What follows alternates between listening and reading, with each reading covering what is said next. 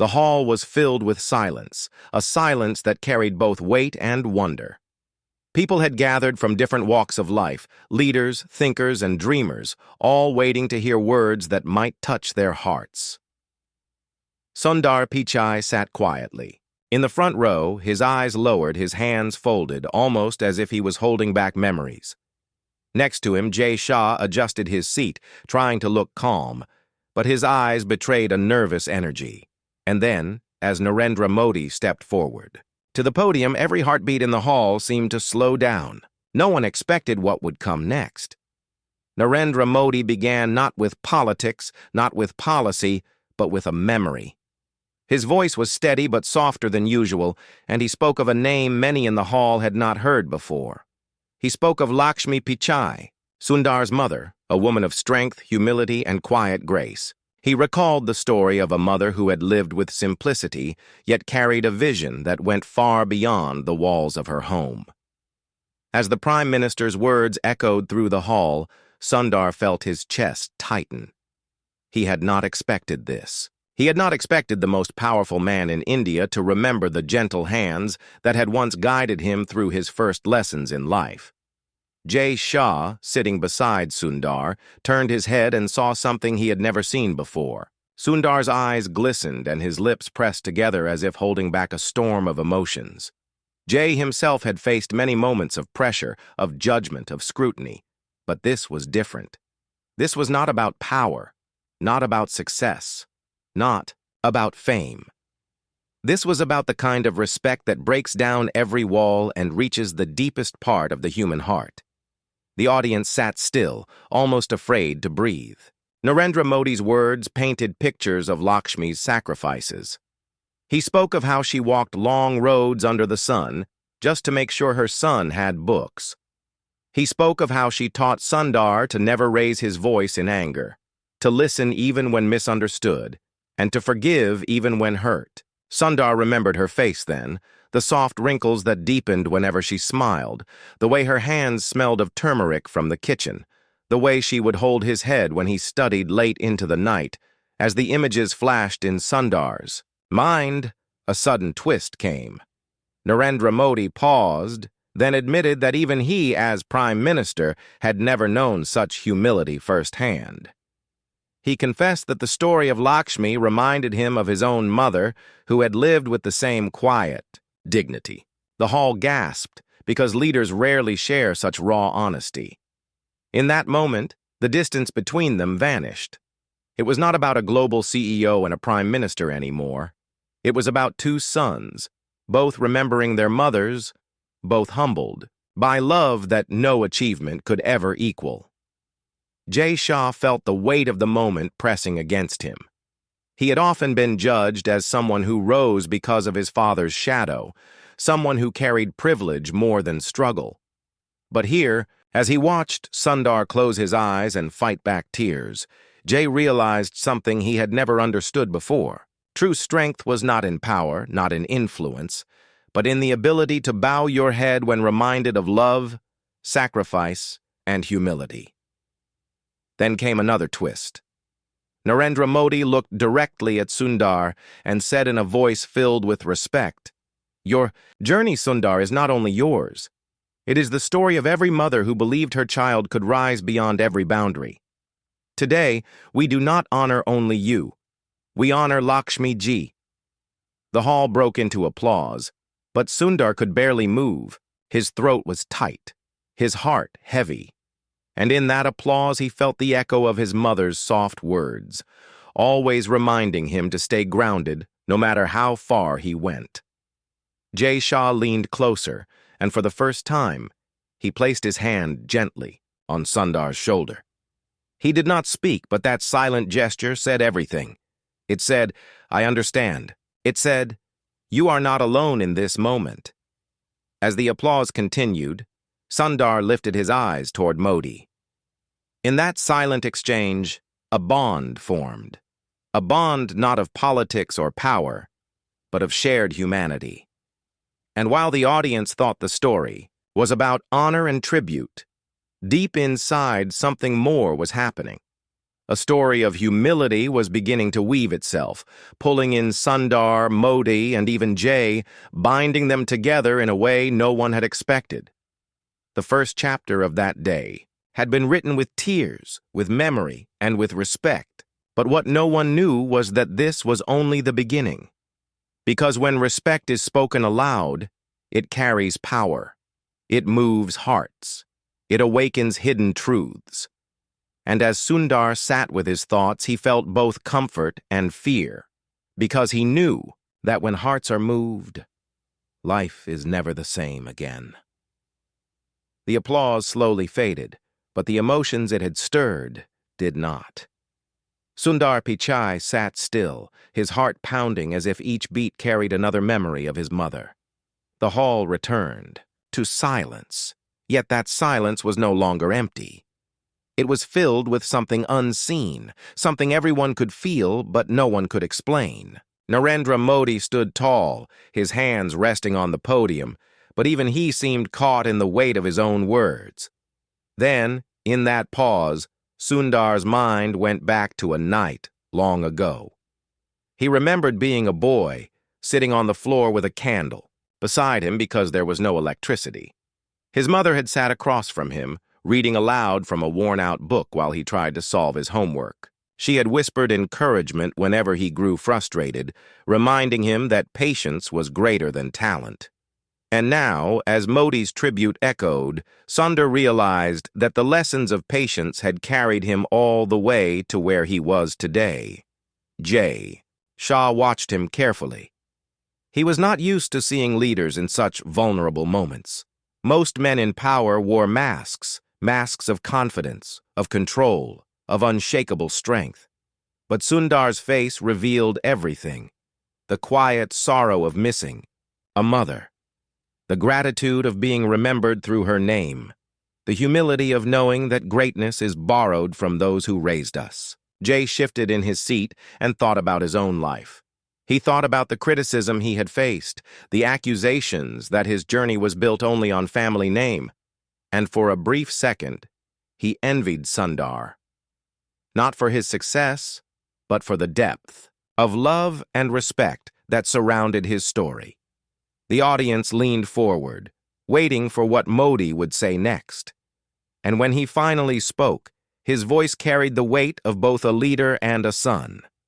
"When I look at Sundar," he said, "I do not just see the CEO of one of the greatest companies in the world. I see the reflection of a mother who believed. I see the reflection of Lakshmi Ji, who carried her son's dreams as if they were her own. And today, India bows to that spirit." The words shook the hall. Some clapped again, some wiped tears, and some simply stared at Sundar as though seeing him for the first time. Sundar raised his eyes and gave a small nod, but inside him, a storm was growing. He knew the world saw him as strong, brilliant, and successful. Yet in this moment, he felt like a child again, small and vulnerable, clutching at the memories of a mother who had given everything so quietly. Shah leaned closer and whispered, "This is history, Sundar. No one will forget this." Sundar turned his head slightly, his lips trembling, and replied in a voice only Jay could hear, "History is nothing without the people who shape it in silence." The weight of those words sank deep into Jay. He realized Sundar was right. History books often wrote about leaders, wars, and achievements, but they rarely wrote about the hands that cooked meals, the feet that walked miles, the hearts that gave everything without expecting a single line of credit. He felt humbled, almost ashamed, because he had never thought deeply about the sacrifices that shaped his own life. Just then, a new twist unfolded. Narendra Modi stepped away from the podium. The audience expected him to end the speech, but instead, he walked down the stage steps. His eyes stayed fixed on Sundar as he approached the front row. People gasped. It was not common for a prime minister to leave the podium during such a formal gathering. The cameras followed every move, and the silence became heavier than ever. Modi stopped right in front of Sundar. He extended his hand, not to shake, but to place it gently over Sundar's folded hands. "Your mother's values are alive in you," he said softly. "And today, by remembering her, we all learn what true respect means." Sundar could not hold back anymore. Tears rolled down his face, and the hall felt the rawness of that moment. Shah looked at the two men, one holding power over a nation, the other holding power over technology, and realized that power itself meant nothing compared to humility. And in that moment, something shifted in Jay. He understood that he was witnessing not just a tribute, but a lesson. A lesson about kindness that could silence every insult, a lesson about humility that could humble even the proudest hearts, and a lesson about resilience that could carry a child from a small home to the biggest stages of the world. But the story did not end there, because when truth is spoken so openly, it often awakens voices that were waiting in silence. And as the hall settled, as cameras clicked and breaths were held, an unexpected voice rose from the back of the room. A voice that would change the direction of the day and test every heart sitting in that hall. The voice from the back of the hall was sharp, cutting through the silence like a blade. People turned their heads quickly, eyes searching for the one who dared to speak when the moment felt too sacred to interrupt. A man stood near the last row, his face half hidden by the light, his voice carrying both anger and pain. "Why honor one man's mother?" he asked, "when thousands of mothers across this land have given the same sacrifices and are never remembered? Why speak only of Lakshmi Pichai today, when so many nameless women remain forgotten in the shadows?" Hall gasped. The question was not cruel, but it carried bitterness. And in its honesty, it unsettled the room. Sundar froze. His tears had not yet dried, and suddenly he felt the sting of guilt pierce his heart. He had not asked for this tribute, yet now he was being judged for it. Narendra Modi turned slowly, his eyes steady on the man. There was no anger in his face, only thought. He let the silence stretch before he spoke, because he knew every word now would either heal or divide. "You are right," Modi said gently. "There are countless mothers whose names will never be spoken on a stage like this. But by remembering Lakshmi Ji, I honor not only her, but every mother who sacrificed." Without applause, "This is not just her story. It is theirs too." The man lowered his eyes, but the hall remained tense. Sundar's heart pounded.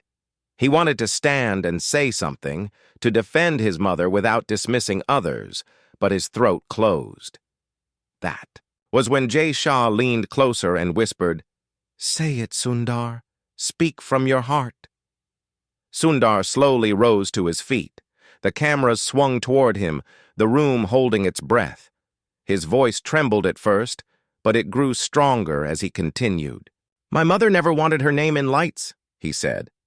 "She wanted me to do good work, to stay humble, and to respect people.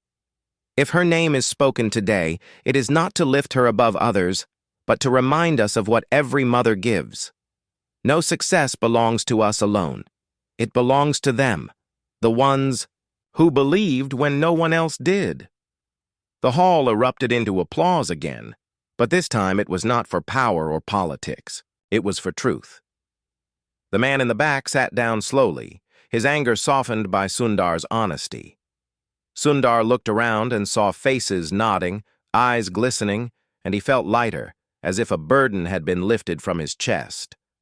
Shah smiled faintly. He had seen many speeches, many grand words, but this felt different.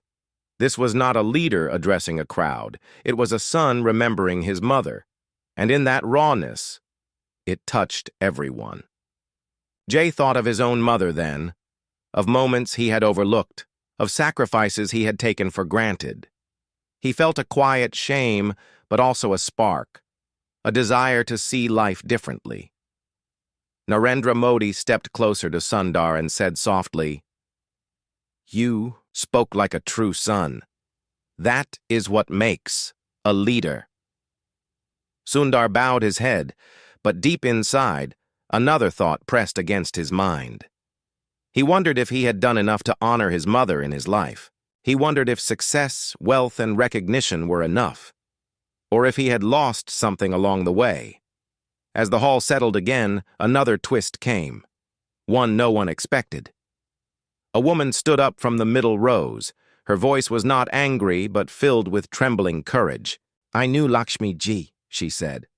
"I was her neighbor. I saw her every morning, carrying water, cooking food, helping children. She was more than a mother to her own son.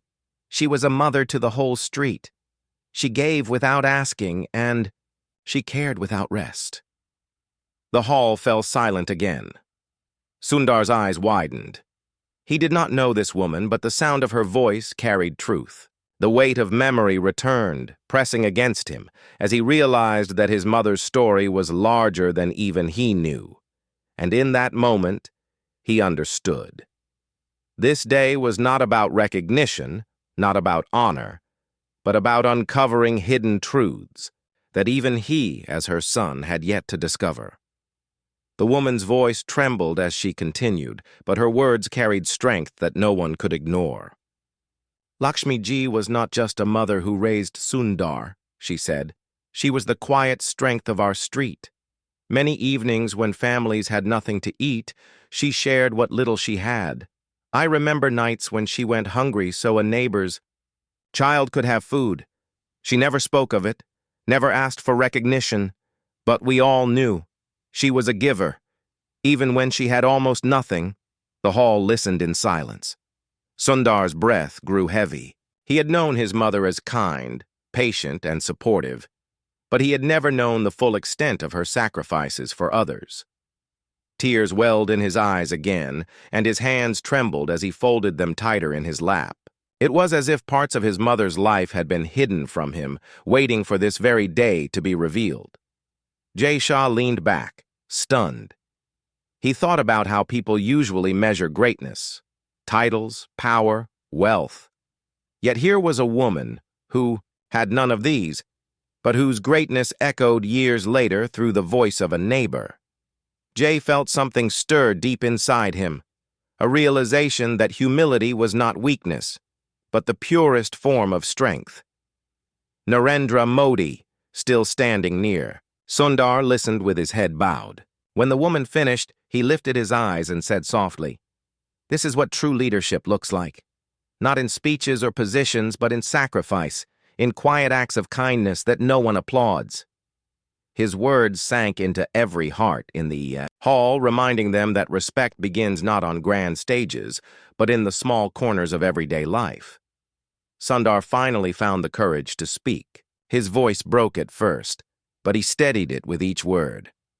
"I never knew all of this," he said, looking toward the woman. "She never told me. She always made it seem like everything was fine, even when it was not. I thought her strength was just in raising me, but now I see she carried many others too." He paused, his eyes wet but his tone clear. "If I have done anything meaningful in my life, it is only a reflection of her." The audience erupted in applause once more, but this time the sound was softer, more respectful, like waves rolling gently onto the shore.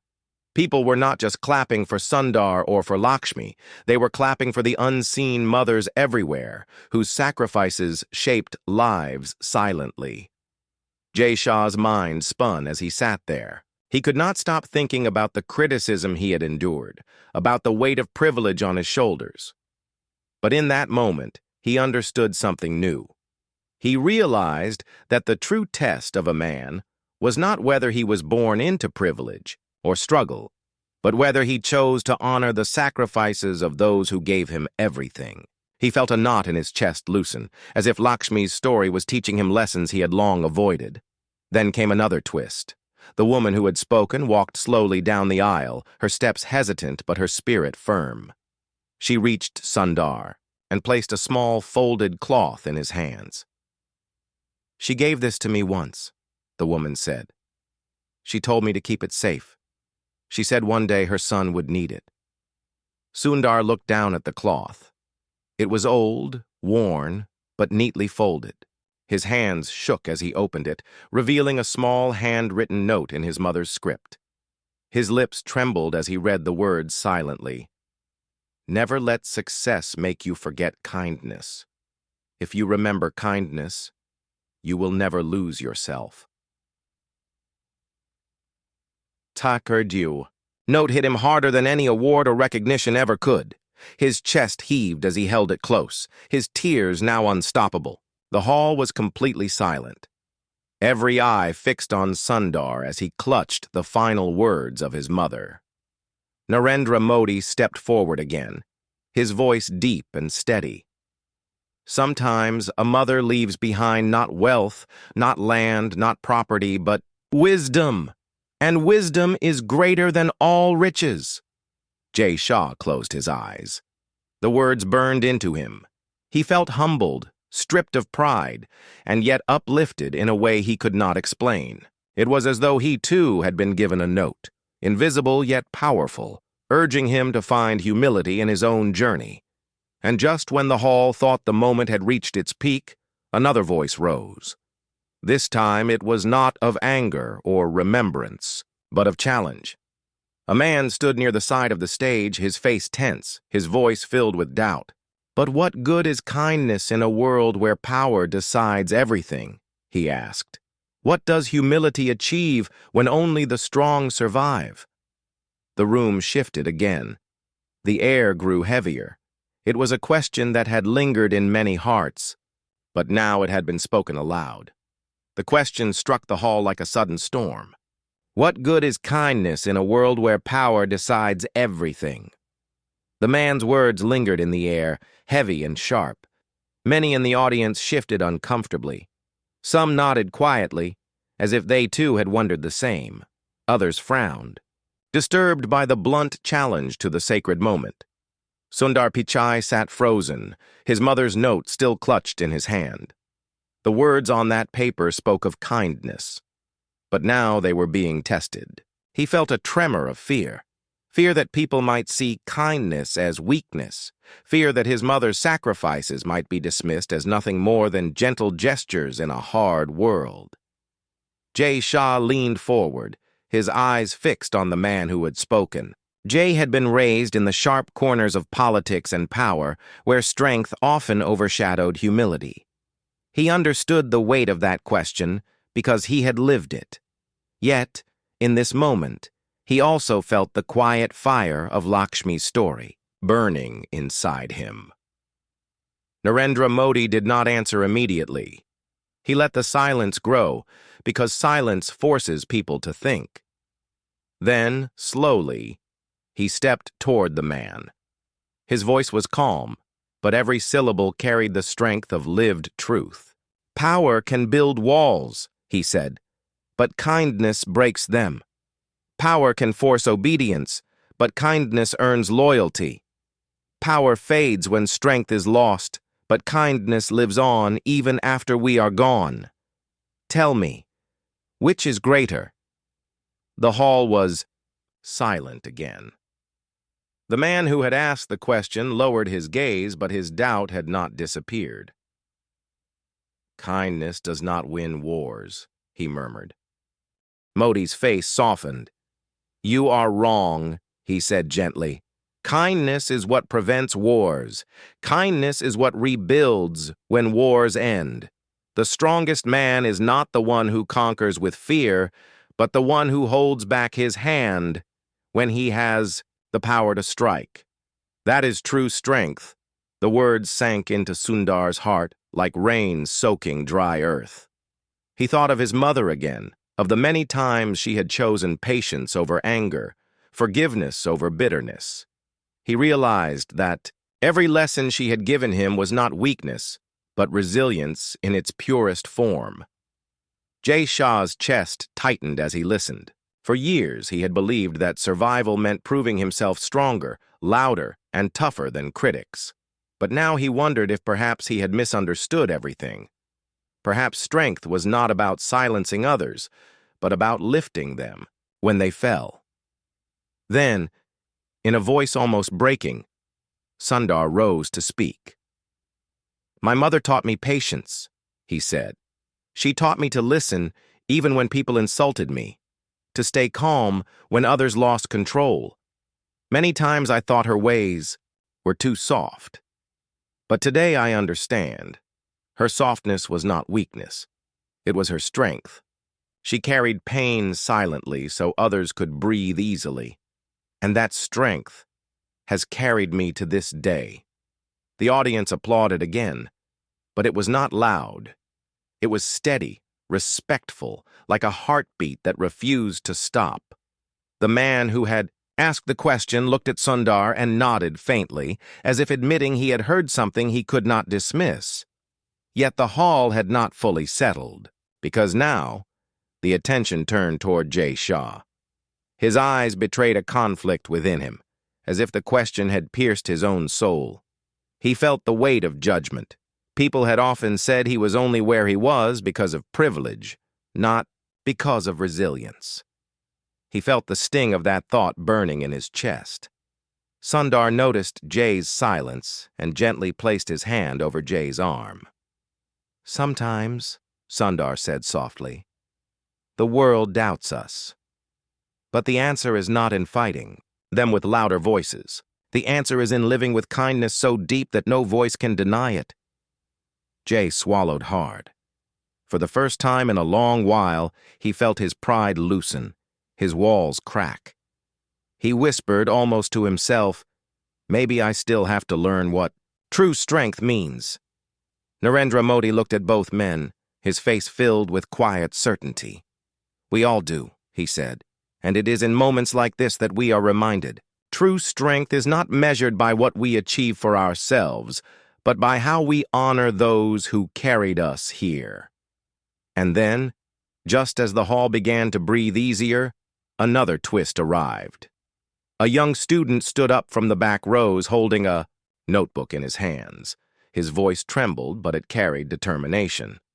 "If kindness is strength," he said, "then why do we forget it so easily? Why do leaders forget humility once they have power?" The hall grew tense once more. The challenge was no longer just about Sundar or his mother. It was about everyone in the room, about every leader and every person who had ever chosen pride over humility. The young student's question struck harder than any argument before. If kindness is strength, then why do we forget it so easily? Why do leaders forget humility once they have power? His voice echoed through the hall, trembling but fearless. The audience turned, their eyes moving from the student to the stage. It was a question too sharp to ignore. Everyone knew stories of leaders who rose with humility but changed when power touched their hands. The silence that followed was not empty. It was heavy with hidden thoughts and unspoken truths. Narendra Modi stood still, his eyes fixed on the student. There was no anger, no denial, only reflection. He clasped his hands behind his back and began to walk slowly across the stage, his voice calm but carrying the weight of experience.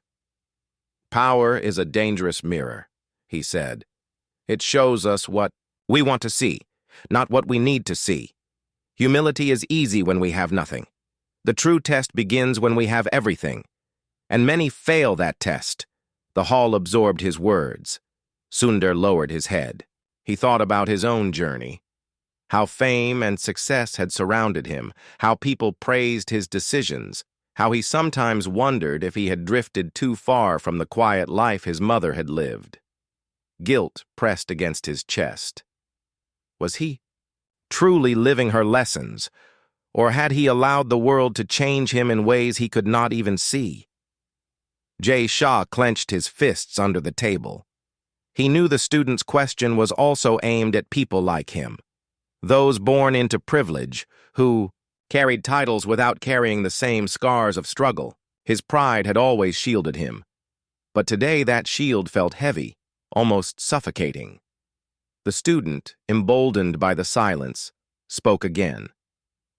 "Then what is the point of remembering kindness if power will always wash it away?" Before Modi could reply, Sundar rose slowly to his feet. His voice was soft, but every word carried honesty. "My mother's kindness never disappeared," he said. "She lived her whole life without wealth, without recognition, and still she never let the world change her heart. Power cannot erase kindness. It can only cover it, like clouds covering the sun. But the sun is still there. Humility is still there. It is our choice whether we let the light shine through." The hall filled with murmurs of agreement. Sundar's words did not dismiss the students' doubt, but they carried hope. Shah sat still, his eyes burning with conflict. He wanted to speak, but for the first time in his life, he felt unworthy to answer. Finally, he stood. His voice shook, not with fear, but with vulnerability. "I have been guilty of this," he said. "I have forgotten humility more than once. I thought power meant proving myself, defending myself, showing others that I was strong. But I see now. Maybe I have been running from the truth. Maybe true strength is not in defending my pride, but in letting it go." The audience stared at him in surprise. Shah had never spoken this way before. Not in public, not with such raw honesty. The young student's eyes softened, as if his question had found its answer not in perfection, but in confession. Narendra Modi stepped closer, placing a hand on Jay's shoulder. "To admit weakness is the first step toward strength," he said. "Today, you showed courage greater than power." The hall broke into applause, but this time the sound carried something different. It was not admiration for titles or achievements. It was respect for honesty, for vulnerability, for the courage to admit mistakes. The student sat down, his face glowing with relief. Sundar glanced at him and gave a small nod, as if to say, "Thank you for asking what others were afraid to ask." But the day was not yet done. Because as the applause softened, a figure walked slowly toward the stage from the side entrance. The audience turned, whispers spreading through the hall. No one had expected this person to appear. An elderly man, frail yet dignified, moved with careful steps. His eyes carried years of struggle, and his hands trembled slightly as he leaned on a cane. He stopped near the front and raised his voice, rough but steady. "I knew Lakshmi Pichai too," he said, "but there is something none of you know. There is a truth about her sacrifices that even her own son has not heard." The hall gasped. Sundar's eyes widened. His breath caught in his throat. He clutched the note in his hand tighter, bracing himself for whatever was about to be revealed. The elderly man's words held the entire hall captive. "There is a truth about Lakshmi Pichai that even her own son has not heard." His voice carried both pain and reverence, as if what he was about to reveal had been locked away for years. Sundar's heart raced, his palms sweating as he gripped the note tighter. He thought he had already heard everything there was to know about his mother, yet something in the man's trembling tone told him otherwise. The old man took a deep breath before continuing. "I lived in the same street as Lakshmi ji. I saw her every day, and I saw the burdens she carried alone. While Sundar was studying, while he was preparing for his future, she often worked in silence to support him. She stitched clothes for neighbors, washed utensils for families who could pay a little, and sometimes walked long distances to sell small handmade items. She never told Sundar. She never wanted him to feel shame or guilt. She wanted him to dream without limits, even if it meant she had to struggle beyond her strength." A deep gasp filled the hall. Sundar felt his legs weaken. He had known they were not wealthy, but he never realized the weight his mother had carried. Tears blurred his eyes as the images formed in his mind. His mother bent over late at night, stitching clothes under dim light, her hands rough from endless work, her smile hiding exhaustion so he would never see her pain. The man continued, his voice breaking now. "Once, she sold her wedding bangles quietly so she could buy books for Sundar. She never told anyone. I only knew because she trusted me to keep her secret safe. She said, "My son must never feel he owes me anything. His only duty is to live with kindness." Sundar covered his face with his hands as sobs broke free. The hall was utterly silent except for his quiet cries. Narendra Modi's eyes glistened as he bowed his head in respect.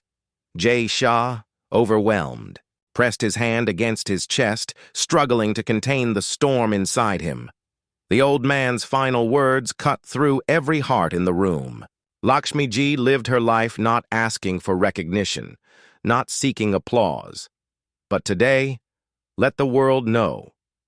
Behind the man you see before you was a woman who gave everything and asked for nothing.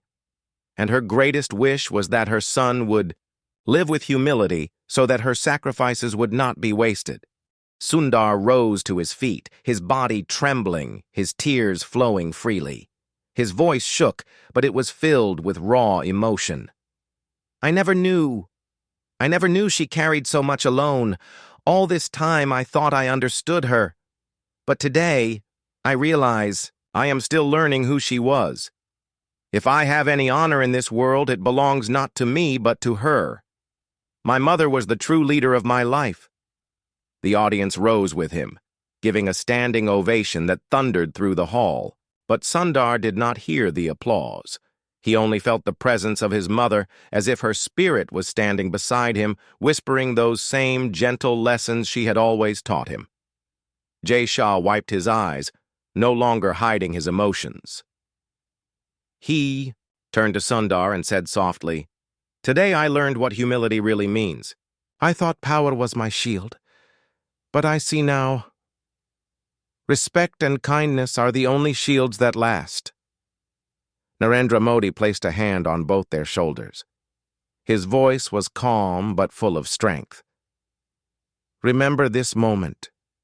Greatness is never measured by titles or positions. Greatness lives in sacrifice, in humility, in the way we carry the love of those who built us. If we forget that, then all our power means nothing. The young student who had asked about forgotten humility rose again, his notebook clutched to his chest. This time, his eyes were wet, but shining.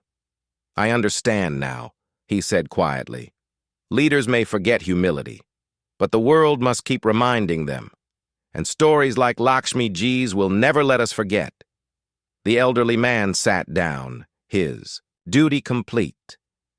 The hall was filled with both sorrow and hope. Sorrow for the sacrifices too long hidden, and hope that such sacrifices would never again be ignored. Sundar looked at the note in his hand one final time. "Never let success make you forget kindness." He pressed it to his heart, then lifted his head high. "I will carry her words," he said, "and I promise her sacrifices will not be forgotten." The applause that followed was not loud and wild, but steady, deep, and full of reverence. It was not for Sundar, not for Modi, not for Jay. It was for Lakshmi Pichai, and for every mother who gave without asking, who built dreams on foundations of struggle and love. And in that moment, 3 men, 1 prime minister, 1 CEO, and 1 young leader in waiting, stood together, bound not by politics or power, but by respect, humility, resilience, and kindness. The hall had witnessed something greater than a tribute. It had witnessed a reminder that the world changes not by force, but by love.